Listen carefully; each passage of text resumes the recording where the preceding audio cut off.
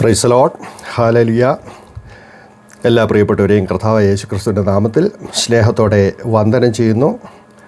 കിൻസ്മാൻ്റെ പുതിയ ഒരു യൂട്യൂബ് മെസ്സേജിലേക്ക് എല്ലാവരെയും സ്വാഗതം ചെയ്യുന്നു. ഇന്ന് വളരെ പ്രശ്നമായിട്ട് കിടക്കുന്ന ഒരു വിഷയമാണ് സ്വർണ്ണാഭരണവും വേണം വേണ്ട എന്നുള്ള വിഷയം.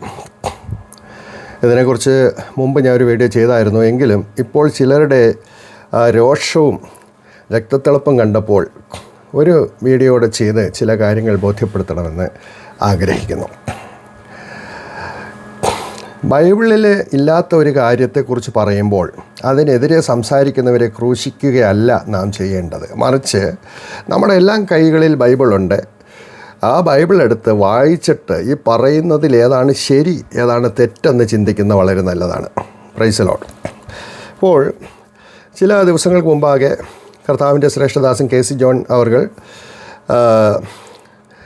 മരിപ്പച്ച അച്ചുകുഞ്ഞും അതുപോലെ ഹാലൂലിയ സാംകുട്ടിയും ചേർന്ന് ഒരു ഇൻ്റർവ്യൂ നടത്തിയപ്പോൾ അതിനകത്ത് അദ്ദേഹം പറഞ്ഞൊരു കാര്യം, ഒരുപാട് കാര്യം പറഞ്ഞ അതിൻ്റെ കൂട്ടത്തിൽ പറഞ്ഞൊരു കാര്യം, സ്വർണം ധരിക്കരുതെന്നുള്ളത് ബൈബിളിൻ്റെ ഉപദേശമല്ല, അത് അല്ലാതെ എടുത്ത ഒരു തീരുമാനമാണ് എന്ന് പറഞ്ഞു.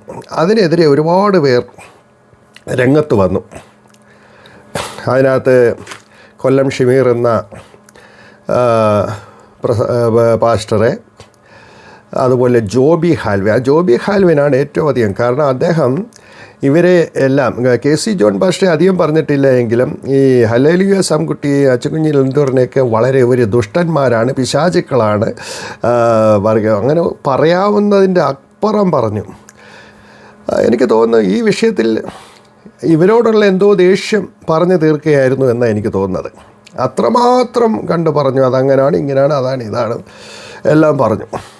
എന്നാൽ അതേ ജോബിൻ ഹാൽവിൻ തന്നെ ബിനു വാഴമുട്ടത്തിൻ്റെ കേസിൽ അദ്ദേഹത്തെ ന്യായീകരിക്കുന്ന ഒരു വീഡിയോ ഇന്ന് വന്നിട്ടുണ്ട്. അതാണ് വലിയ അത്ഭുതം എന്ന് പറയുന്നത്. തെറ്റ് ചെയ്തവനെ ന്യായീകരിക്കുകയും ഒരു ഉപദേശപ്പിശക് പറഞ്ഞവനെ ക്രൂശിക്കുകയും ചെയ്യുന്ന ഒരു വലിയ ഇടപാടാണ് കാണാനിടയായി തീർന്നത്. ഇവരെല്ലാവരും പറയുന്ന പഴയ നിയമത്തിൽ കരുവേലകത്തിൻ്റെ കീഴിൽ കുഴിച്ചിട്ടു പിന്നെ ധരിച്ചിട്ടില്ല എന്ന്. ഈ കരുവേലകത്തിൻ കീഴിൽ കുഴിച്ചിട്ടത് ക്രിസ്ത്യാനികളായിരുന്നു.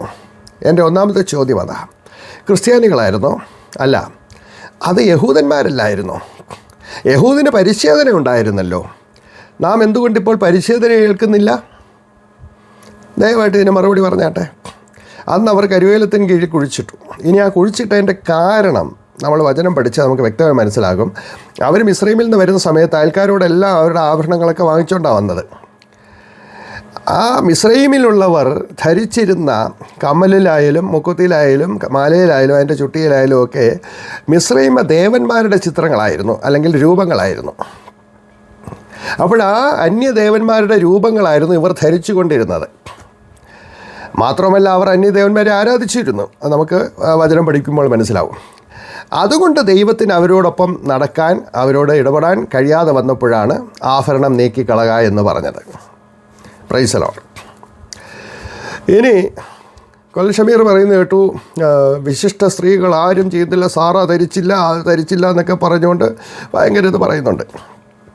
എന്നാൽ ഉൽപ്പത്തി പുസ്തകം 24:22 പറയുന്നത് 1/2 ശേക്കൽ തൂക്കമുള്ള ഒരു പൊൻമൂക്കൂത്തിയും 10 ശേക്കൽ തൂക്കമുള്ള 2 പൊൻവളകളുമാണ് റെബേക്കയ്ക്ക് ഇടാൻ വേണ്ടി അബ്രഹാം കൊടുത്തു വിട്ടത്.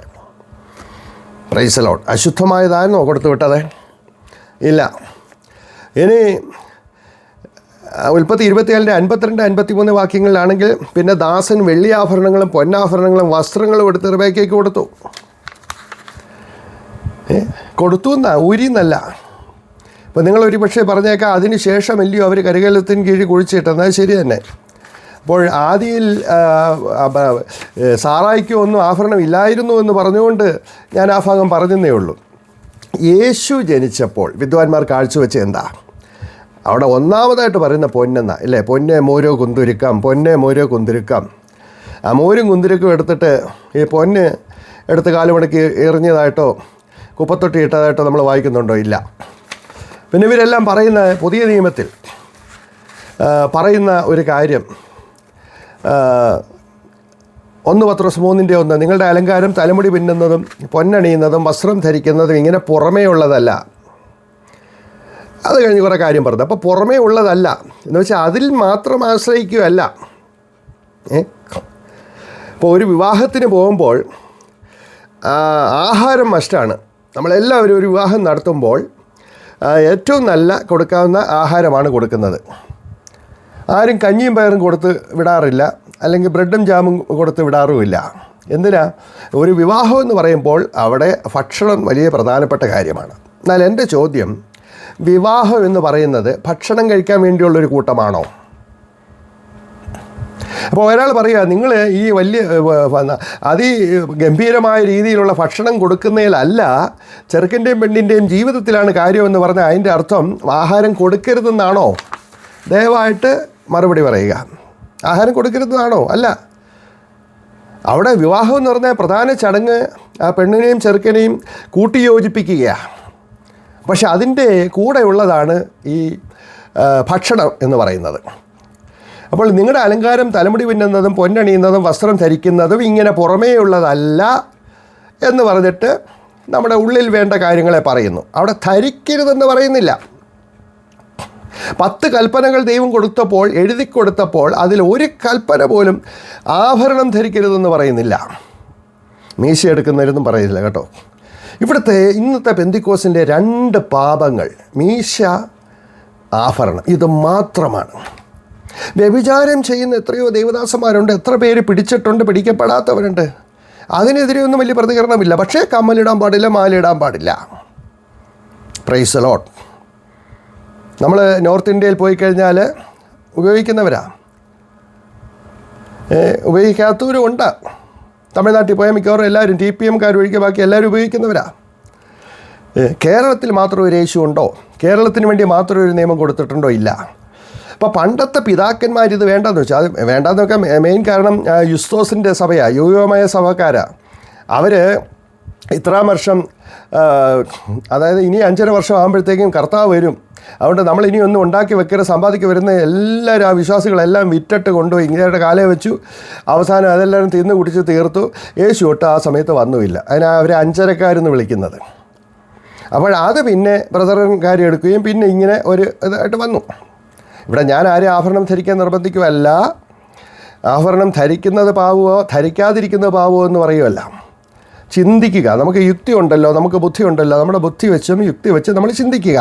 ഇതിന് ഇത്രയും കടുംപിടുത്തം പിടിക്കുമ്പോൾ മറ്റെല്ലാ കാര്യങ്ങളും വിട്ടു പറയുന്നു. സ്നേഹമില്ല. ദൈവത്തിൻ്റെ ഏറ്റവും വലിയ കൽപ്പന, യേശുവിൻ്റെ ഏറ്റവും വലിയ കൽപ്പന സ്നേഹിക്കുക. എത്ര പേരാണ് സ്നേഹിക്കുന്നത്? നിങ്ങളെപ്പോലെ എൻ്റെ അയൽക്കാരനെ സ്നേഹിക്കാൻ പറഞ്ഞാൽ അയൽക്കാരന് ഒരു മാങ്ങ പറമ്പിൽ വീണ് കഴിഞ്ഞാൽ ഓടിപ്പോയി എടുക്കുന്ന അല്ലാതെ അവന് കൊടുക്കുമോ? ഒരു തേങ്ങ കൊടുക്കുമോ? ഇല്ല. ഇനി 1 തിമോഥെയോസ് 2:9 സ്ത്രീകളും യോഗ്യമായ വസ്ത്രം ധരിച്ച് ലജ്ജാശീലത്തോടും സുബോധത്തോടും കൂടെ തങ്ങളെ അലങ്കരിക്കണം. പിന്നിയ തലമുടി, പൊന്ന്, മുത്ത്, വിലയേറിയ വസ്ത്രം എന്നിവ കൊണ്ടല്ല. അവിടെയും ധരിക്കരുതെന്ന് പറയുന്നില്ല.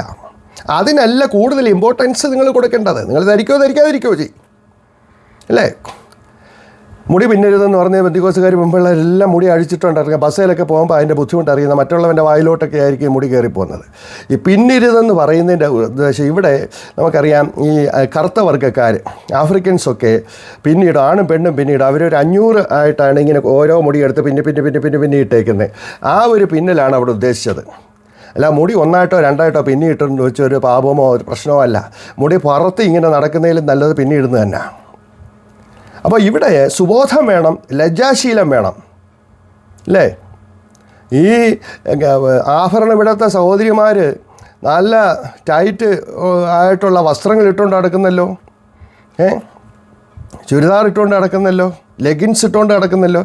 പാസ്റ്റർമാരുടെ ഭാര്യമാർ ലെഗിൻസ് തൊട്ട് നടക്കുന്നല്ലോ. അതിനൊരു കുഴപ്പമില്ലേ? അപ്പോൾ അവിടെ സുബോധം വേണം, ലജ്ജാശീലമൊന്നും വേണമെന്ന് പറഞ്ഞാൽ ആഭരണം ഊരാനാണോ അതോ വസ്ത്രം മാന്യമായിട്ട് ധരിക്കണമെന്നാണോ? അതിനാർക്കും പ്രശ്നമില്ല. ഇനി 1 കൊരിന്ത്യർ 6-9 വാക്യങ്ങളിൽ പറയുന്ന അന്യായം ചെയ്യുന്നവൻ ദൈവരാജ്യം അവകാശമാക്കിയില്ല എന്ന് നിങ്ങൾ അറിയുന്നുവല്ലോ. നിങ്ങളെ തന്നെ വഞ്ചിക്കാതിരിപ്പിൻ. ദുർനടപ്പുകാർ, വിഗ്രഹാരാധികൾ, വ്യഭിചാരികൾ, സ്വയഭോഗികൾ, പുരുഷകാമികൾ, കള്ളന്മാർ, അത്യാഗ്രഹികൾ, മദ്യപന്മാർ, വാവിഷ്ഠാണക്കാർ, പിടിച്ചുപറിക്കാർ, 10 കൂട്ടം ആൾക്കാരെ പറയുന്നു, എന്നിവർ ദൈവരാജ്യം അവകാശമാക്കിയില്ല. ഈ പട്ടികയിൽ ആഭരണധാരികൾ എന്ന് എഴുതാൻ എന്താ മറന്നുപോയതാണോ വിട്ടുപോയതാണോ? ഈ പത്രോസോ പൗലോസോ യാക്കോബോ യൂദായോ യോഹന്നാനോ ആരും തന്നെ ഒരു ലേഖനങ്ങളിലും നിങ്ങളിത് ധരിക്കരുത് എന്ന് പറയുന്നില്ല. എന്നാൽ അതിനല്ല ഇമ്പോർട്ടൻസ് കൊടുക്കേണ്ട, മുൻതൂക്കം കൊടുക്കേണ്ട അതിനല്ല. അതോടൊപ്പം ഇതും കൂടെ വേണം. ഇതാണ് പറയുന്നത്. 1 കൊരിന്ത്യർ 12:24 ആരും എടുക്കാത്തൊരു ഭാഗവും വായിക്കാത്ത ഭാഗമാണ്. നമ്മിൽ അഴക് കുറഞ്ഞവയ്ക്ക് അധികം അഴക് വരുത്തുന്നുവല്ലോ എന്നോ പൗലോസ് അപ്പോസ്തലൻ പറയുന്നത്. അഴക് കുറഞ്ഞവയ്ക്ക് അധികം അഴക് വരുത്തരുതെന്നല്ല, വരുത്തുന്നല്ലോ. Praise the Lord.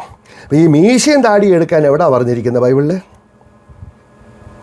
ഇനി ഞാൻ ചോദിക്കട്ടെ, ഈ മീശയും താടിയുടെ അതേപോലെ തന്നെ തലയിൽ മുകളിലുള്ള രോമം വിശുദ്ധമാണോ?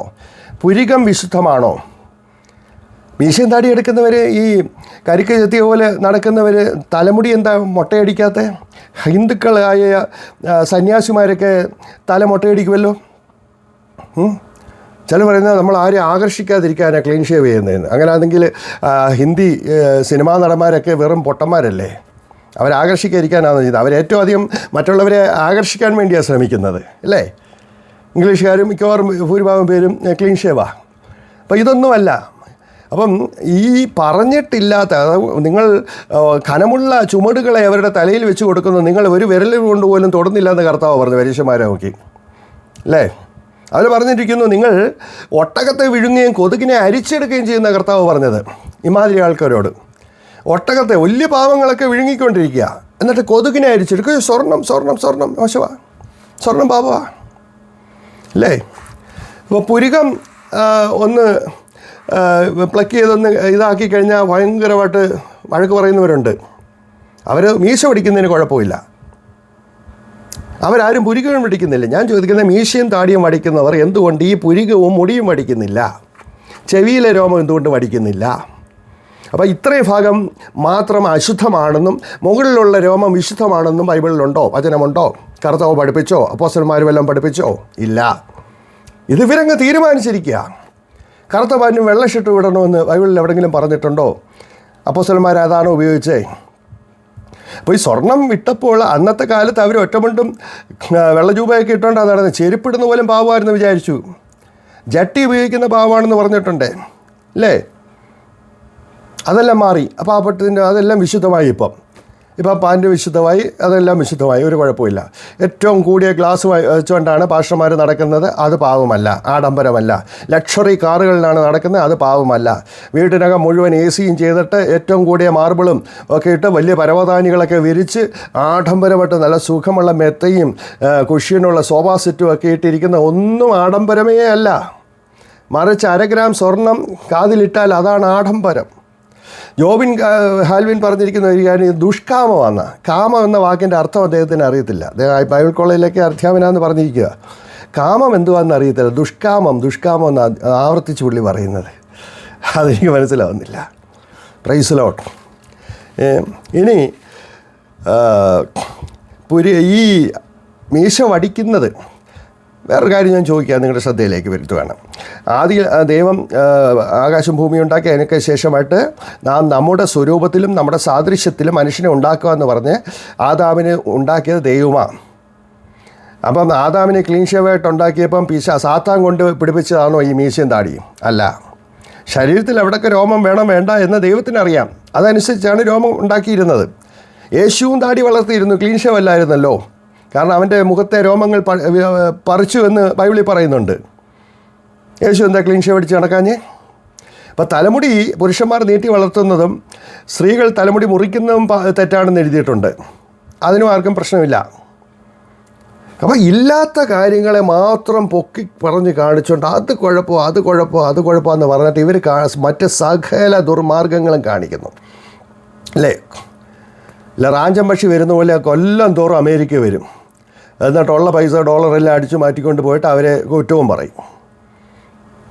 ഈ ആദർശം പ്രസംഗിക്കുന്നവർ കൊല്ലം തോറും അമേരിക്കയിൽ വരുന്നല്ലോ. അമേരിക്കയിൽ ആരോടും സുവിശേഷം പറയേണ്ട ആവശ്യമില്ല. കാരണം ഇവിടെ എല്ലാവർക്കും അറിയാം, എല്ലാം അറിയാം. എല്ലാ ചർച്ചുകളിലും 12ഉം 15ഉം പാസ്റ്റർമാരുണ്ട്. ഇവിടെയുള്ള മിക്ക സഹോദരന്മാരും ബൈബിൾ കോളേജിൽ പോയി പഠിക്കുന്നുണ്ട്. പിന്നെ എന്തിനാണ് വരുന്ന? പണത്തിന് വേണ്ടി, ആഡംബരത്തിന് വേണ്ടി. എത്ര പേരാണ് ഭൂട്ടാനിലേക്ക് പോകുന്നത്? എത്ര പേരാണ് നേപ്പാളിലേക്ക് പോകുന്നത്?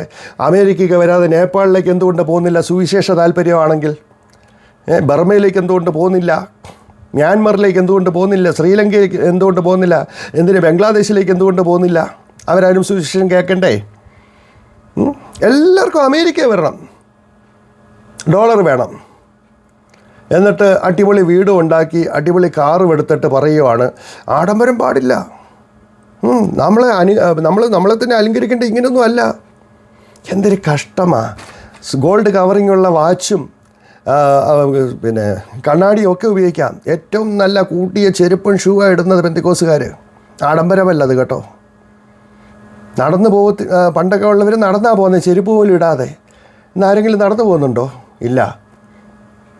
അപ്പോൾ ഇത് ഒരു ഇരട്ടത്താപ്പല്ലേ? ദൈവത്തിന് മുമ്പാകെ നിങ്ങൾ എങ്ങനെ പോയി നിൽക്കുമെന്നാണ് എനിക്കറിയാൻ വയ്യാത്തത്. ദൈവം നിങ്ങളെ പരിഹസിക്കുമല്ലോ. അപ്പം ദൈവം പുരുഷന് കൊടുത്ത മീശയും താടി എടുത്ത് ഇന്നാ പിടിച്ചോ, എനിക്ക് നിൻ്റെ ഇത് വേണ്ട എന്ന് പറഞ്ഞ് പഠിച്ചു കളയുമല്ലേ ചെയ്യുന്നത്. ഞാൻ ഇതിനൊന്നും എതിരല്ല, ക്ലീൻ ഷേവ് ചെയ്യുകയോ ചെയ്യാതിരിക്കുകയോ ചെയ്തു. പക്ഷേ ഇവിടെ 2 കാര്യം മാത്രം. പെന്തക്കോസ്തിൽ ഇന്ന് 2 പാപമേ ഉള്ളൂ എടുത്തു പറയുന്ന പാപം. 1 ക്ലീൻ ഷേവ് ആയിരിക്കണം, 2 സ്വർണ്ണം ഇടരുത്. ബാക്കി കാണിക്കുന്ന തരികടകൾക്കൊന്നുമില്ല, രാഷ്ട്രീയത്തിനൊന്നുമില്ല. കർത്താവ് കാണിച്ച മാതൃകയിലാണോ, അപ്പോസ്തലന്മാർ കാണിച്ച മാതൃകയിലാണോ ഇവിടുത്തെ ഇലക്ഷൻ നടത്തുന്നത്? ഇവിടെ ആരാണ് കുറിയിട്ടെടുക്കുന്നത്? ശബരിമലയിൽ പോലും തന്ത്രിമാരെ ഏറ്റെടുക്കാൻ വേണ്ടി ഒരു കൊച്ചു കുഞ്ഞിനെ കൊണ്ട് കുറിയിട്ടാണ് എടുക്കുന്നത്. ശബരിമലയിൽ അവർ കാണിക്കുന്ന മാതൃക പോലും പെന്തക്കോസ്തുകാർ കാണിക്കുന്നില്ല. പരിശുദ്ധാത്മാവ് നടത്തുന്നവരാണോ ഇവരൊക്കെ? ഇലക്ഷന് വേണ്ടി എന്തെല്ലാം അന്യായം കാണിക്കുന്നു, എത്രമാത്രം പൈസ മുടക്കുന്നു, എന്തെല്ലാം രീതിയിലുള്ള കുപ്രചരണങ്ങൾ നടത്തുന്നു. അതിനൊന്നും ഒരു കുഴപ്പമില്ലേ? ഇനി 2 കൊരിന്ത്യർ 12:20 പിണക്കം, ഈർഷ്യ, ക്രോധം, ശാഠ്യം, ഏഷണി, കുശുകുശുപ്പ്, നിഗളം, കലഹം, അശുദ്ധി, ദുർനടപ്പ്, ദുഷ്കാമം എന്നിവയെക്കുറിച്ച് മാനസാന്തരപ്പെടാത്ത പലരെയും ചൊല്ലി ഖേദിപ്പാനിടയാകുമോ എന്ന് ഞാൻ ഭയപ്പെടുന്നു. അയ്യോ, സ്വർണം ഊരാത്തവരെക്കുറിച്ച് ഭയപ്പെടുന്നു എന്ന് പറഞ്ഞില്ല അപ്പോസ്തലൻ കേട്ടോ. ശ്ലീഹൻ അങ്ങനെ പറഞ്ഞില്ല. പിണക്കം, ഈർഷ്യ, ക്രോധം, ശാഠ്യം, ഏഷണി, കുശുകുശുപ്പ്, നിഗളം, കലഹം, അശുദ്ധി, ദുർനടപ്പ്, ദുഷ്കാമം എന്നിവയെക്കുറിച്ച് മാനസാന്തരപ്പെടാത്ത പലരും ചൊല്ലി ഖേദിപ്പ. ഈ ദുഷ്കാമത്തിനകത്താണ് ജോബിൻ ഹാൽവിൻ സ്വർണത്തിന് ഉൾപ്പെടുത്തിയിരിക്കുന്നത്. അത് പൗലോസ് അപ്പോസ്തലൻ മനസ്സിൽ ചിന്തിച്ചു പോലും കാര്യമല്ല. എന്നാൽ ഈ കാര്യമില്ല ഉണ്ട്. പിണക്കമില്ലേ, ഈർഷ്യയില്ലേ, ക്രോധമില്ലേ, ശാഠ്യമില്ലേ, ഏഷണിയില്ലേ, കുശുകുശുപ്പില്ലേ, നിഗളമില്ലേ, കലഹമില്ലേ? എന്തോ അടിയും ബഹളവും നടക്കുന്ന പോലീസും കോടതിയുമായിട്ട് സഭ കയറി ഇറങ്ങുമില്ലേ? ഇനി ഒന്നും വേണ്ട, ഈ വിശുദ്ധന്മാരുടെ സത്യസന്ധത അറിയണമെങ്കിൽ കൊല്ലം തോറും ഓഡിറ്റിങ് വരുമ്പോൾ അറിയാം. നിങ്ങൾ ഓഡിറ്റ് ചെയ്യുന്നവരുടെ അടുത്ത് പോയി ചോദിച്ചാൽ അവർ പറഞ്ഞു തരും ഇവരുടെ വിശുദ്ധിയും ഇവരുടെ സത്യസന്ധത എത്രമാത്രം ഉണ്ടെന്ന്. ഇപ്പം കൊള്ളയും കള്ളത്തരം കാണിക്കുന്നതിന് ഒരു കുഴപ്പമില്ല. വിശുദ്ധി ഇരിക്കുന്നത് സ്വർണ്ണത്തിലും മീശയിലുമാണ്. സ്തോത്രം. അപ്പോൾ ഈ പട്ടികയിലൊന്നും ആഭരണമില്ല. എഫെസ്യ ലേഖനം 4:23-24 പറയുന്നത് എന്താ? പഴയ മനുഷ്യനെ ഉപേക്ഷിച്ച് നിങ്ങളുടെ ഉള്ളിലെ ആത്മാവ് സംബന്ധമായി പുതുക്കം പ്രാപിച്ച് പുതുമനുഷ്യനെ ധരിച്ചുള്ളൂ. എന്തിനാ? നിങ്ങളുടെ ഉള്ളിലെ ആത്മാവ് സംബന്ധമായി പുതുക്കം പ്രാപിക്കണം. പുറത്തെ കാര്യമല്ല പറയുന്നത്. ഉള്ളിലെ ആത്മാവിന് പുതുക്കം എന്താ? പണ്ട് പിശാച് ഇരുന്ന സ്ഥാനത്ത് ഇപ്പോൾ യേശു ക്രിസ്തു ആയിരിക്കുന്നത്, അല്ലെങ്കിൽ പരിശുദ്ധാത്മാവാണ് ഇരിക്കുന്നത്. അതനുസരിച്ച് പുതുക്കം പ്രാപിക്കാനാണ് പറയുന്നത്. അവിടെ അതുകൊണ്ട് നിങ്ങളിത് ഊരിക്കളയണമെന്ന് പറയുന്നില്ല. ഇനി യാക്കോബിൻ്റെ ലേഖനം 5-ാം അധ്യായം 1 മുതൽ 3 വരെ പറയുമ്പോൾ ധനം, ഉടുപ്പ്, പൊന്ന്, വെള്ളി, ഇവിടെ 4 കാര്യങ്ങളാണ് പറയുന്നത്. ധനം, ഉടുപ്പ്, പൊന്ന്, വെള്ളി. പക്ഷെ അതിൽ പൊന്ന് മാത്രം മതി ഇവിടെ, അല്ലേ? 5-ാം വാക്യത്തിൽ പറയും നിങ്ങൾ ഭൂമിയിൽ ആഡംബരത്തോട് സുഖിച്ച് പൊള്ളച്ച് ഹൃദയത്തെ പോഷിപ്പിച്ചിരിക്കുന്നു, വേലക്കാരുടെ കൂലി നിങ്ങൾ പിടിച്ചു വച്ചിരിക്കുന്നു. ഇതൊക്കെയാണ് പാപം എന്ന് പറഞ്ഞതേ. 2:10 പറയുന്ന 1 തെറ്റിയാൽ അവൻ സകലത്തിനും കുറ്റക്കാരനായിത്തീരുന്നു. ഒരു കൽപ്പന തെറ്റിയാൽ മതി. 2-ാം അധ്യായം 1-2 പ്രകാരം യാക്കോബ് കൂടുന്ന സഭയിൽ സ്വർണ്ണാഭരണം ഇട്ടുവിടാതെയും വിശ്വാസികൾ വന്നിരുന്നു. അതുകൊണ്ടാണ് പറയുന്നത് നിങ്ങളുടെ പള്ളിയിൽ മോടിയുള്ള വസ്ത്രം ധരിച്ചും പൊന്മോതിരം ഇട്ടുകൊണ്ടൊരുത്തനും മുഷിഞ്ഞ വസ്ത്രം ധരിച്ചുകൊണ്ടൊരുത്തനും വന്നാൽ എന്ന് പറഞ്ഞ് അവിടെ പറയുന്നത് എന്താ? അപ്പോൾ ഇത് 2 കൂട്ടരും ആ സഭയിലുണ്ടായിരുന്നു. മോടി ആഭരണം ധരിച്ച് പൊന്മോതിരം ഇട്ട് വരുന്നവനെ നീ വെളിയിറക്കി വിടണമെന്നല്ല പറഞ്ഞത്, അവന് കർത്തൃമേശ കൊടുക്കരുതെന്നല്ല പറഞ്ഞത്. മറിച്ച് അങ്ങനെ വന്നാൽ നിങ്ങൾ ആരെയാണ് കൂടുതൽ ഇത് ചെയ്യുന്നതെന്നാണ് ചോദിച്ചത്. അവിടെയും ധരിക്കരുത് എന്ന് പറയുന്നില്ല. സ്വർണ്ണാഭരണം ഇട്ടാൽ നരകത്തിൽ പോകുന്നു, എന്നാൽ ആത്മാവിൻ്റെ ഫലനം ഒരെണ്ണമെങ്കിലും ഉണ്ടോ? ഗലാത്യർ 5:22 മുതൽ പറയുന്നത് സ്നേഹം, സന്തോഷം, സമാധാനം, ദീർഘക്ഷമ, ദയ, പരോപകാരം, വിശ്വസ്തത, സൗമ്യത, ഇന്ദ്രിയജയം. ഈ ജഡത്തിൻ്റെ പ്രവൃത്തികൾ എന്തൊക്കെയാണ്? ദുർനടപ്പ്, അശുദ്ധി, ദുഷ്കാമം, വിഗ്രഹാരാധന, ആഭിചാരം, പക, പിണക്കം, ജാരശങ്ക, ക്രോധം, ശാഠ്യം, ദ്വന്ദ്വപക്ഷം, ഭിന്നത, അസൂയ, മദ്യപാനം, വെറുക്കൂത്ത്. ആഭരണം ഉണ്ടോ? ഉണ്ടെങ്കിൽ പറയൂ പ്രിയപ്പെട്ടവരെ. ഇനി വെളിപ്പാട് പുസ്തകത്തിൽ വരുമ്പോഴാണ് നമുക്ക് ആകെ പ്രശ്നമാകുന്നത്. വെളിപ്പാട് പുസ്തകത്തിൽ 1-ാം അധ്യായം 13-ാം വാക്യം, യോഹന്നാൻ കാണുന്ന കാഴ്ച, 7 പൊൻനിലവിളക്കുകളുടെ നടുവിൽ മാറത്ത് പൊൻകച്ച കെട്ടിയവൻ. ഇങ്ങനൊരു യേശുവിനെ കാണുമ്പോൾ എന്തോ ഈ വാപത്തിക്കൊണ്ട് തിരിഞ്ഞോടത്തില്ലേ? അയ്യേ, ഈ യേശു എന്തോ ഈ സ്വർണ്ണം ഇട്ടുകൊണ്ട് വരുന്നേ, ഇത് അശുദ്ധിയാ പറയത്തില്ലേ? Price the Lord. അപ്പോൾ പഴയ നിയമത്തിലും പുതിയ നിയമത്തിലും ഇത് കൊടുത്തതും കൊടുക്കാത്ത കാര്യങ്ങളെല്ലാം പറയുന്നുണ്ട്. Price the Lord. സ്നേഹത്തിൽ നടക്കണം, അതാണ് ഏറ്റവും പ്രധാനം. എഫെസ്യർ 5:3 മുതൽ 5 വരെ, ദുർനടപ്പും യാതൊരു അശുദ്ധിയും അത്യാഗ്രഹവും നിങ്ങളുടെ ഇടയിൽ പേർ പറക പോലും അരുത്. എന്തൊക്കെയാ? ദുർനടപ്പും യാതൊരു അശുദ്ധിയും അത്യാഗ്രഹവും. അത്യാഗ്രഹമില്ലേ? വസ്തു വാങ്ങിച്ച് കൂട്ടുന്നതിന് കുഴപ്പമില്ലേ? കൊല്ലം തോറും അമേരിക്ക വന്ന ഡോളർ വാങ്ങിച്ച് കൊണ്ടുപോകുന്നത് അത്യാഗ്രഹമല്ലേ? നിങ്ങൾ എന്തിന് ഏറ്റവും കൂടിയ കാറുകളിൽ സഞ്ചരിക്കുന്നു? എന്തിന് വീട്ടിൽ ഇത്രയും ഭയങ്കരമായിട്ടുള്ള ചിലവെടുക്ക്? ഒരു കല്യാണങ്ങൾക്ക് വേണ്ടി പന്തൽ പോലെ 40-50 ലക്ഷം രൂപയ്ക്ക് ഇടുന്നു. സ്ത്രീധനം വാങ്ങിക്കുന്നു. ദുർനടപ്പല്ല കേട്ടോ, ദുഷ്കാമമൊന്നുമല്ല. സ്ത്രീധനം വാങ്ങിക്കുന്നു, വില പറഞ്ഞ് വേശുന്നു. എന്തിന്? ശുശ്രൂഷകന്മാർ പോലും വില പറഞ്ഞ്, ചാർജ് പറഞ്ഞ് ശുശ്രൂഷിക്കുന്നു. എനിക്കിത്ര വേണം, എനിക്കിത്ര രൂപയാ. ക്രിസ്ത്യൻ പാട്ട് പാടുന്നവർ പോലും പറയുന്നത് എന്തുവാ? എനിക്കിത്ര രൂപ വേണം, 25,000 വേണം, 50,000 വേണം, 2 പാട്ട് പാടാം, അല്ലേ ഞാൻ പാടത്തില്ല. ഇതാണോ സ്നേഹം? ഇതാണോ ക്രിസ്തീയ വിശ്വാസം? ഇതിലാണോ സ്വർഗത്തിലേക്ക് പോകുന്നത്? അപ്പോഴും പാവപ്പെട്ട ആരെങ്കിലും ഒരു കടക്കന് ഇട്ട് കഴിഞ്ഞാൽ അത് പാപം, അത് മ്ലേച്ഛത, അത് ദുഷ്ടത, അവർ പിശാച്. യുക്തിയുള്ളവർ ചിന്തിക്കുക, ബുദ്ധിയുള്ളവർ ചിന്തിച്ചിട്ട് മറുപടി പറയുക. അപ്പോൾ ദുർനടപ്പ്, യാതൊരു അശുദ്ധിയും അത്യാഗ്രഹവും നിങ്ങളുടെ ഇടയിൽ പേര് പറക പോലും ചെയ്ത്, സ്വർണ്ണാഭരണം നിങ്ങളുടെ ഇടയിൽ പേർ പറക പോലും ചെയ്യരുതെന്ന് പറഞ്ഞിട്ടില്ല. അതാകുന്നു വിശുദ്ധന്മാർക്ക് ഉചിതം. ചീത്തത്തരം, പൊട്ടച്ചൊല്ല്, കളിവാക്ക്, ഇങ്ങനെ ചേർച്ചയല്ലാത്ത ഒന്നും അരുതേ. ദുർനടപ്പുകാരൻ, അശുദ്ധൻ, വിഗ്രഹാരാധിയായ ദ്രവ്യാഗ്രഹി, ഇവർക്ക് ആർക്കും ക്രിസ്തുവിൻ്റെയും ദൈവത്തിൻ്റെയും രാജ്യത്തിൽ അവകാശമില്ല. എന്ന് ദ്രവ്യാഗ്രഹമില്ലാത്ത ഏതെങ്കിലും ഒരു ദേവദാസനെ കാണിച്ചു തരാൻ പറ്റുമോ? ദ്രവ്യാഗ്രഹമില്ലാത്ത ദ്രവ്യാഗ്രഹം ഇല്ലായിരുന്നെങ്കിൽ ഞാൻ പറഞ്ഞാൽ ഈ കൊല്ലം തോറും UK-യിലും USA-യിലും വരാതെ ബംഗ്ലാദേശിൽ പോയേനെ, പാകിസ്ഥാനിൽ പോയേനെ. എന്നിട്ട് നമ്മുടെ തൊട്ടടുത്ത് കിടക്കുന്ന മ്യാൻമറിലും നേപ്പാളിലും പോയി സുവിശേഷം പറഞ്ഞേനെ. അവിടെ പോയാൽ ദ്രവ്യം കിട്ടത്തില്ല. അപ്പോൾ ദ്രവ്യാഗ്രഹി, ഇവർക്ക് ക്രിസ്തുവിൻ്റെയും ദൈവത്തിൻ്റെ രാജ്യത്തിൽ അവകാശമില്ലെന്ന് വ്യക്തമായി പറഞ്ഞിരിക്കുന്നു. അവിടെ എങ്ങും സ്വർണ്ണം ധരിച്ചവന് ക്രിസ്തുവിൻ്റെയോ ദൈവത്തിൻ്റെ രാജ്യത്തിൽ അവകാശമില്ലെന്ന് ആരും പറയുന്നില്ല. വ്യർത്ഥവാക്കുകളാൽ ആരും നിങ്ങളെ ചതിക്കരുത്. ഇവിടെയും ആഭരണം പറയുന്നില്ല. ഫിലിപ്പിയർ 3:2, നായ്ക്കളെ സൂക്ഷിപ്പിൻ. ആരാ നായ്ക്കൾ? ആകാത്ത വേലക്കാരെ സൂക്ഷിപ്പിൻ, വിച്ഛേദനക്കാരെ സൂക്ഷിപ്പിൻ, ആഭരണധാരികളെ സൂക്ഷിപ്പിൻ പറയുന്നുണ്ടോ? ഇല്ല. ആഭരണം ധരിക്കരുതെന്ന് പഴയ നിയമത്തിലും പുതിയ നിയമത്തിലും എങ്ങും പറഞ്ഞിട്ടില്ല പ്രിയപ്പെട്ടവരെ. ഇത് വലിയൊരു വഞ്ചനയാണ്. അതുകൊണ്ട് നിങ്ങൾ നാളെ തൊട്ട് കിൻഡൽ കണക്കിന് സ്വർണം വാരിക്കൊണ്ടിടാനല്ല ഞാൻ പറയുന്നത്. Price the Lord. അതിനോട് ഞാൻ യോജിക്കുന്നുമില്ല. എന്നാൽ ഒരു പൊടിമാലയോ പൊടി കമ്മലോ ആരെങ്കിലും ഇട്ടാൽ അവരെ നമ്മൾ കുത്തരുത്. Price the Lord. അല്ലെങ്കിൽ വ്യക്തമായിട്ട് ബൈബിളിലെ വചനം കാണിച്ചു കൊടുക്കണം. ഗിരിപ്രഭാഷണത്തിൽ കർത്താവ് പറയുന്നുണ്ടോ? ഈ 10 കൽപ്പനയും വിശദീകരിച്ച് പഠിപ്പിച്ചു കൊടുക്കുന്നല്ലോ ഗിരിപ്രഭാഷണത്തിൽ കർത്താവ് ശിഷ്യന്മാർക്ക്. അവിടെ എവിടെയെങ്കിലും വ്യഭിചാരം ചെയ്തെന്ന് പറഞ്ഞ് ഞാനോ നിങ്ങളോട് പറയുന്നത് സ്ത്രീയെ മോഹിക്കേണ്ടതിന് അവരെ നോക്കുന്നവെല്ലാം വ്യഭിചാരി, കൊല ചെയ്യരുതെന്ന് നിങ്ങൾ കേട്ടിട്ടുണ്ടല്ലോ. ഞാനോ നിങ്ങളോട് പറയുന്നത് സഹോദരനോട് കോപിക്കുന്നവനെല്ലാം കൊലപാതകി. ഇതിനകത്ത് എവിടെയെങ്കിലും കർത്താവ് പറഞ്ഞോ ഈ ആഭരണധാരണം? ഇല്ല. Praise the Lord. കൊലോസ്യർ 3:5, ദുർനടപ്പ്, അശുദ്ധി, അതിരാഗം, ദുർമോഹം, വിഗ്രഹാരാധന, അത്യാഗ്രഹം, ഇങ്ങനെ ഭൂമിയിലുള്ള നിങ്ങളുടെ അവയവങ്ങളെ മരിപ്പിപ്പീൻ. സ്വർണം ധാരണം എന്ന അവയവങ്ങളെ മരിപ്പിക്കാൻ പറയുന്നില്ല. നിങ്ങൾ കഴുത്തിൽ മാലയിടരുത് എന്ന് പറയുന്നില്ല. എന്താ പറയുന്നത്? ആ പറയുന്ന കാര്യങ്ങളെല്ലാം എല്ലാവർക്കും ഉണ്ടും താനും. ദുർനടപ്പ്, അശുദ്ധി, അതിരാഗം, ദുർമോഹം, വിഗ്രഹാരാധന, അത്യാഗ്രഹം, ഇങ്ങനെ ഭൂമിയിലുള്ള നിങ്ങളുടെ അവയവങ്ങളെ മരിപ്പിപ്പിൻ. അവിടെയും സ്വർണം പറയുന്നില്ല. വാക്യം 8, കോപം, ക്രോധം, ഈർഷ്യ, വായിൽ നിന്ന് വരുന്ന ദൂഷണം, ദുർഭാഷണം ഇവയൊക്കെയും വിട്ടുകളയുവിൻ. ദുർഭാഷണമൊക്കെ കേൾക്കണേ ഇലക്ഷൻ സമയത്ത് പോയാൽ മതി, അറിയാം. Price the Lord. ഇനി 1 തിമോഥെയോസ് 1:8 മുതൽ 10 വരെ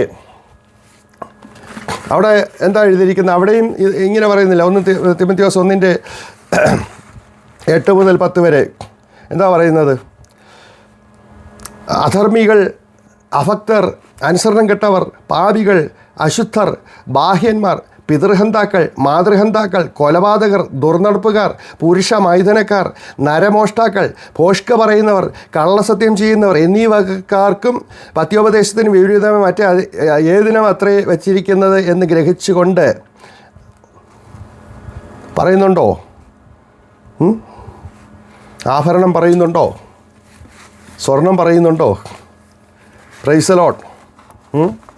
ദൈവം തന്ന ശരീരം കീഴ്ത്തിയിട്ട് നശിപ്പിച്ച് സൃഷ്ടാവിനെ അപമാനിക്കരുതെന്ന് പറയുന്ന ദൈവദാസന്മാർ ദൈവം തന്ന മീശ വടിച്ചു കളഞ്ഞ് ദൈവത്തെ അപമാനിക്കുകയല്ലേ ചെയ്യുന്നത്? അതുകൂടെ ഒന്ന് ചിന്തിച്ചു നോക്ക്. ഈ എഹെസ്കേൽ പ്രവചനം 7-ാം അധ്യായം 17 മുതൽ 20 വരെ നിങ്ങളുടെ ബൈബിൾ എടുത്ത് നോക്കിക്കൊണ്ടോന്ന്. ഇവിടെ വ്യക്തമായി പറയുന്ന ആഭരണങ്ങളുടെ ഭംഗി അവർ ഡംഭത്തിനായി പ്രയോഗിച്ചു. അവർ അതുകൊണ്ട് തങ്ങൾക്ക് മ്ലേച്ഛ വിഗ്രഹങ്ങളെയും മലിനബിംബങ്ങളെയും ഉണ്ടാക്കി. ആകയാൽ ഞാനത് അവർക്ക് മലമാക്കിയിരിക്കുന്നു. ഇവിടെ പലരും പറഞ്ഞു സ്വർണം മലമാ. എന്തുകൊണ്ടാണ് മലമാക്കിയിരിക്കുന്നതെന്ന് പറഞ്ഞേ? അവർക്ക് എന്തുകൊണ്ടാണ്? ഈ സ്വർണം കൊണ്ട് ആഭരണം ഇട്ടുകൊണ്ടാണോ? അല്ല. ആഭരണങ്ങൾ ഭംഗി അവർ ഡംഭത്തിനായി പ്രയോഗിച്ചു. അവർ അതുകൊണ്ട് തങ്ങൾക്ക് മ്ലേച്ഛ വിഗ്രഹങ്ങളെ മലിന ബിംബങ്ങളെ ഉണ്ടാക്കി. ആകയാൽ ഞാൻ അത് അവർക്ക് മലമാക്കിയിരിക്കുന്നു.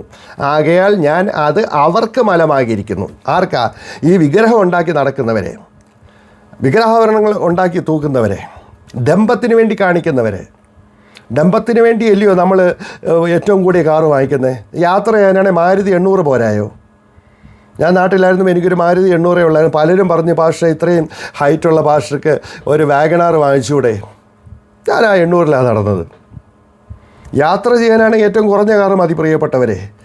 അല്ല, ഞാൻ ടൊയോട്ട ഇന്നോവയെ വാങ്ങിക്കത്തുള്ളൂ, അതിലും കൂടിയതേ വാങ്ങിക്കത്തുള്ളൂ. അതൊക്കെ ഡംഭത്തിനല്ലേ? മറ്റുള്ളവരൊന്ന് കാണണം ഞാൻ ആരാണെന്ന്. അപ്പോൾ അതും എത്ര വലിയ പാപമാണ്. അങ്ങനെയുള്ളവർക്ക് എന്ത് യോഗ്യതയാണുള്ളത്? ഈ ആഭരണം നമ്മൾ ഇതാണ് എന്ന് കാണിക്കാൻ, ലോകത്തെ കാണിക്കാൻ, ലോകത്തിൽ നിന്ന് ലോകം വേണ്ട, എനിക്കൊന്നും വേണ്ട എന്ന് പറയുമ്പോഴും വസ്തു വാങ്ങിക്കാൻ ഓടുക. Price the Lord. വീണ്ടും വീണ്ടും വാങ്ങിച്ച് കൂട്ടുക. Price the Lord. ഈ അപ്പോസ്തല പ്രവൃത്തി 3:6 വല്ലതും കിട്ടുമെന്ന് അവൻ കരുതി. അതായത് പണം, അത് പൊൻവെള്ളി നാണയങ്ങളാണ്. അന്നത്തെ കാലത്ത് പൊന്നും വെള്ളി നാണയങ്ങളായിരുന്നു. അതുകൊണ്ട് അവൻ വല്ലതും കിട്ടുമെന്ന് വെച്ച് നോക്കി. അതുകൊണ്ടാണ് പത്രോസ് പറഞ്ഞത് വെള്ളിയും പൊന്നും എനിക്കില്ല എന്ന് വെച്ചാൽ വെള്ളി നാണയം പൊന്നാണയമൊന്നും എനിക്കില്ല എന്ന് പറഞ്ഞിട്ട് സൗഖ്യം കൊടുത്തത്. ഞാൻ മലാക്കി 3:3 അവൻ കഴിക്കുന്നവനെ പോലെയും വെള്ളി ശുദ്ധി വരുത്തുന്നവനെ പോലെയും ഇരുന്നു കൊണ്ട് ലേവി പുത്രന്മാരെ ശുദ്ധീകരിച്ച് പൊന്നുപോലെയും വെള്ളി പോലെയും നിർമ്മലീകരിക്കും. അങ്ങനെ അവർ നീതിയിൽ യഹോവയ്ക്ക് വഴിപാട് അർപ്പിക്കും. അപ്പം ഈ സ്വർണത്തെയും വെള്ളിയൊക്കെ ദൈവം നിർമ്മലീകരിക്കുന്നെന്നാണ് പറയുന്നത്. ശപിക്കുന്നെന്നല്ല പറയുന്നത്, അശുദ്ധമാക്കുന്നെന്നല്ല പറയുന്നത്, അല്ലേ? അവൻ ഇരുന്നു കൊണ്ട് ലേവി പുത്രന്മാർ ശുദ്ധിക്കും. എങ്ങനെയാണ്? പൊന്നു പോലെയും വെള്ളി പോലെയും നിർമ്മലീകരിക്കും. അപ്പോൾ പൊന്നും വെള്ളിയും നിർമ്മലമാണെന്നാണ് വചനം പറയുന്നത്, ദൈവം പറയുന്നത്. ഇവിടെ വെള്ളിയും പൊന്നും നിർമ്മലമെന്ന് പറയുമ്പോൾ ഇവിടെ പറയാൻ കുറച്ച് പേര് മാത്രം പറയൂ അശുദ്ധമാ. സ്തോത്രം. ഹഗായി 2:21 പറഞ്ഞു, ഞാൻ നിന്നെ എടുത്ത മുദ്രമോതിരമാക്കും. എന്താ? മണ്ണ് കൊണ്ടുള്ള മുദ്രമോതിരോ അതോ തടി കൊണ്ടുള്ള മുദ്രമോതിരോ? മുദ്രമോതിരം എന്തുകൊണ്ടാണ് ഉണ്ടാക്കുന്നത്? ഇനി കിൻഡല കണക്കിന് സ്വർണം പൊന്നും തങ്കവും കൊണ്ടില്ലയോ സമാഗമന കൂടാരം ഉണ്ടാക്കിയത്? ഒത്തിരി നീണ്ടു പോകുന്നതുകൊണ്ട് ഞാൻ എൻ്റെ കണക്ക് പറയുന്നില്ല. അടുത്ത വീഡിയോയിൽ ഞാൻ എൻ്റെ കണക്ക് പറയാം. ദേവാലയത്തിലെ എല്ലാ കാര്യവും പൊന്നുകൊണ്ട് പൊതിയണം. സ്വർഗത്തിൽ ചെന്ന് അവിടെ മൊത്തം സ്വർണം വെള്ളിയായി. നിങ്ങൾ എങ്ങനെ സ്വർഗത്തിൽ പോയി നോക്കും? കണ്ണു തുറന്ന് നോക്കും? എങ്ങനെ നിങ്ങൾ കാല് ചവിട്ടും? ഈ മുഴുവൻ അശുദ്ധിയില്ലേ? അശുദ്ധമായ സ്വർണം കൊണ്ടുണ്ടാക്കിയിരിക്കുന്നില്ലേ? അപ്പോൾ സ്വർഗത്തിൽ ചെല്ലുമ്പോൾ അത് ശുദ്ധം, ഭൂമിയിൽ വെച്ചിട്ടാൽ അശുദ്ധം. ഇതല്ലേ ഇരട്ടത്താപ്പ് എന്ന് പറയുന്നത്, ഇരട്ടത്താപ്പ്. Praise the Lord. മുടിയനാൻ്റെ പുത്രൻ്റെ മടങ്ങി വരവിൽ നമുക്കറിയാം കർത്താവ് പറയുന്നത് അവന് പൊന്മോതിരം ഇട്ടു, അല്ലേ? നമ്മൾ പാടും പൊന്മണിമാല എനിക്ക് തരും. എവിടാ സ്വർഗ്ഗത്തിൽ ചെല്ലുമ്പോൾ പൊന്മണിമാല എനിക്ക് തരുമെന്ന്. ഇവിടെ എനിക്ക് അശുദ്ധമാണ്, അവിടെ ചെല്ലുമ്പോൾ അതങ്ങ് ശുദ്ധമാകും. Praise the Lord. അടി, കേസ്, കോടതി, വക്കീല്, ഗ്രൂപ്പിസം, ഇലക്ഷന്, ആഡംബര വീട് ഒന്നിനും കുഴപ്പമില്ല, സ്വർണത്തിന് മാത്രം കുഴപ്പം. പണ്ട് പെന്തക്കോസുകാർ ചെരുപ്പ് ധരിക്കത്തില്ലായിരുന്നു, ചുരിദാർ ധരിക്കത്തില്ല, ന്യൂസ് പേപ്പർ വായിക്കുന്ന പാവമായിരുന്നു, ടി വി കാണുന്ന പാവമായിരുന്നു, ടി വിയെ സാത്താൻ്റെ പെട്ടിയെന്ന് പറഞ്ഞിരുന്ന ദേവദാസന്മാരെല്ലാം ഇന്ന് ഓരോ മുറിയിലും ടി വി വാങ്ങിച്ച് വെച്ചേക്കുക. കമ്പ്യൂട്ടർ ദോഷമെന്ന് പറഞ്ഞവർ ഇപ്പോൾ ആ പാപം എല്ലാം മാറിക്കെട്ടി കേട്ടോ. അതെല്ലാം ശുദ്ധമായി. ഇന്ന് കാൽകഴുകൽ ശുശ്രൂഷയുണ്ടോ? അത് നിന്നു. സ്നേഹചുംബനം നിന്നു. വീഞ്ഞ് ഒരു ഗ്ലാസ്സിൽ നിന്ന് കുടിച്ചിരുന്നവരില്ലേ നമ്മളെല്ലാം, ഒരു ഗ്ലാസ്സിൽ നിന്ന്. ഇന്നത് മാറിയില്ലേ? അവൻ കുടിച്ച ഗ്ലാസ്സിൽ നിന്ന് എനിക്ക് കുടിക്കാൻ വയ്യ, അവൾ കുടിച്ച ഗ്ലാസ്സിൽ നിന്ന് എനിക്ക് കുടിക്കാൻ വയ്യ. അതുകൊണ്ടല്ലേ ഇന്ന് ഗ്ലാസ് മാറ്റിയത്, സിംഗിൾ ഗ്ലാസ് ആക്കിയത്. ഇതിൻ്റെ അശുദ്ധി വിശുദ്ധിയെക്കുറിച്ച് എന്തോ പറയുന്നു? ഇത് പൂർവികന്മാർ നിലനിർത്തിയ കാര്യമല്ലേ? കർത്താവ് കാൽ കഴുകിയെടുത്ത് കാണിച്ചില്ല. അതെന്താ നിങ്ങൾ ചെയ്യാത്തത്? കൊറോണ വന്നതിന് ശേഷം സ്നേഹമൊന്നും ഇല്ല. അതുകൊണ്ട് പ്രവചനത്തിലുണ്ടായിരുന്നു ഇന്ന് ഇത്ര വർഷമാകുമ്പോൾ കൊറോണ വരും, പിന്നെ നിങ്ങൾ സ്നേഹചുംബനം വേണ്ടാന്ന്. ഇല്ലല്ലോ. ഒരു ഗ്ലാസ്സിൽ നിന്ന് വീഞ്ഞു കുടിച്ചുകൊണ്ടിരുന്ന തിരുമേശ ശുശ്രൂഷ അർപ്പിച്ചുകൊണ്ടിരുന്നവർ ഇന്ന് അത് അറപ്പായിട്ട് മാറി സിംഗിൾ ഗ്ലാസ്സിലാക്കി മാറ്റി. അത് പാപമല്ല. അങ്ങനെയുള്ളവരാണ് ഇവിടെ പറയുന്നത്, കരിവേലത്തും കിഴി കുഴിച്ചിട്ടെന്ന്. കരിവേലത്തും കിഴി കുഴിച്ചിട്ട പാരമ്പര്യം നിനക്ക് വേണമെങ്കിൽ നീ ആദ്യം പോയിട്ട് പരിച്ഛേദന ഏൽക്കണം. കാരണം അന്നുണ്ടായിരുന്ന പരിച്ഛേദന ഇല്ലാതെ എങ്ങനെ അത് പറയുന്നത്? അപ്പോൾ അവർ അന്ന് ആ വിഗ്രഹങ്ങളെ ഉണ്ടാക്കിയിരുന്ന ആ ആഭരണം കുഴിച്ചിട്ടു. അതിനുശേഷം പഴയ നിയമത്തിലോ പുതിയ നിയമത്തിലോ എങ്ങും തന്നെ സ്വർണം അശുദ്ധമാണെന്നോ അത് ധരിക്കരുതെന്നോ പറഞ്ഞിട്ടില്ല. അതുകൊണ്ട് എന്നെ ക്രൂശിക്കാൻ വരുന്നതിന് മുമ്പായിട്ട് നിങ്ങൾ ഈ വചനങ്ങളെടുത്ത് വായിച്ച് ശാന്തമായിട്ടൊന്ന് ചിന്തിച്ച് നോക്കുക. കർത്താവ് എല്ലാവരെയും അനുഗ്രഹിക്കട്ടെ. ഈ അടുത്ത ഒരു വീഡിയോ ആയിട്ട് വീണ്ടും കാണും വരെ നന്ദി. ഇത് പാസ്റ്റർ കോശി ഈശോ.